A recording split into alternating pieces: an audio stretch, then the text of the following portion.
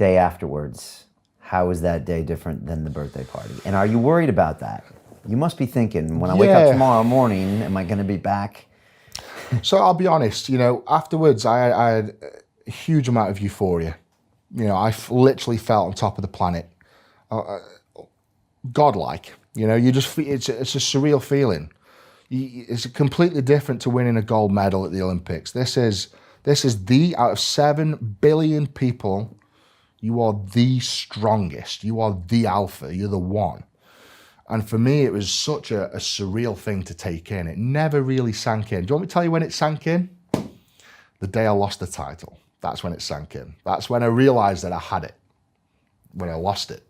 Interesting. It's so yeah, I'd say for a few months I had a good euphoria. It was obviously I had my down points, but it was a good euphoria. I felt as though I was winning at life. I completed life. I was successful, and then the privilege wears off quite quickly. You are coming back down to reality. All the endorsements came in thick and fast. The appearances. I did a good year of solid, work, basically capitalizing on the win. And then I wanted to sort of back away from that, take a bit of time for myself. And that's when it was like, what do I do now? And that's when the depression kicked in again. And it's like, where do you go after success? What do you do with yourself? It's not like with the deadlift where I can reset my goals in the strength industry. There's nothing else I could do. I've done it all. I've done the deadlift. I've done the world's strongest man. So where do I go next? And then I just looked to Arnold again. I looked to Arnie Schwarzenegger. What did he do? He used sport as a stepping stone to get into Hollywood, to break into the movies, get into acting.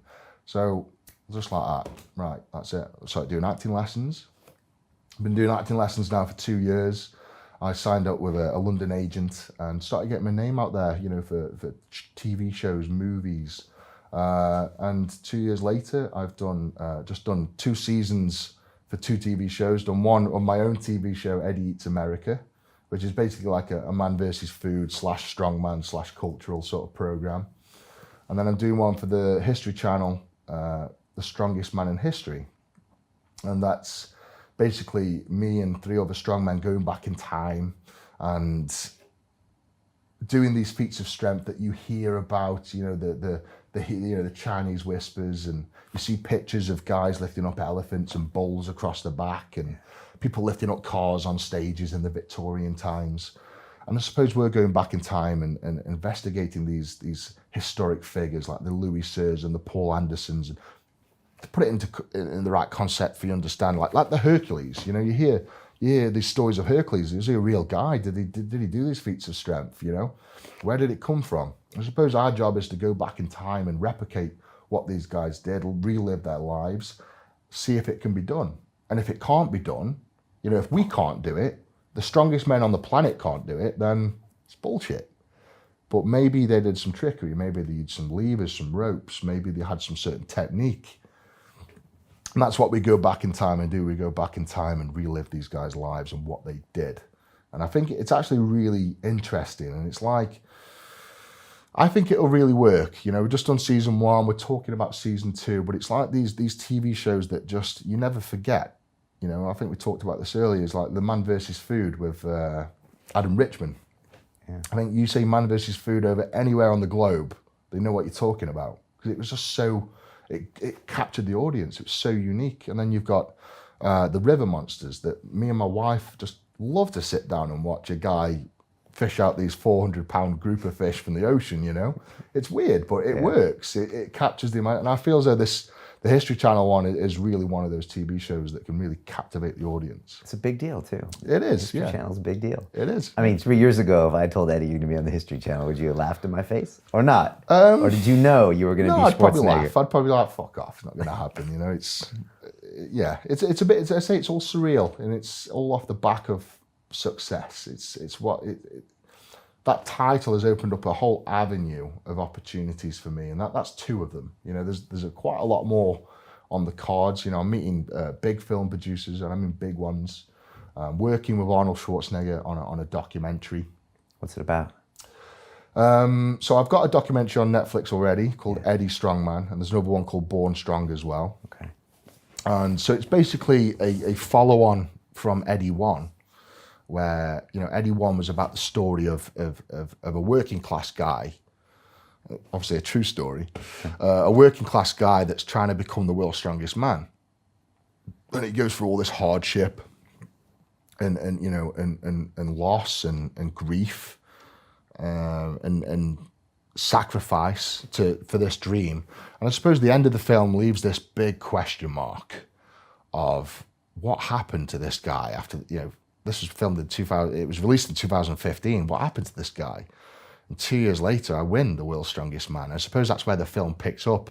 I do the half-ton deadlift. I do the impossible. You know, I win the world's strongest man. So I achieve the dream, you know, that I evidently set myself in previous years. And then it's about following in the footsteps of Arnie. You know, it's about what life after success. It's breaking into the movie industry. So it's landing these TV shows. It's working alongside Arnold Schwarzenegger. But then I also want to make it about mental health. You know, the film's it's got to have a crunch on it, and that's it for me. Because mental health right now is so rife, especially in the UK, and it's such a hard thing to talk about.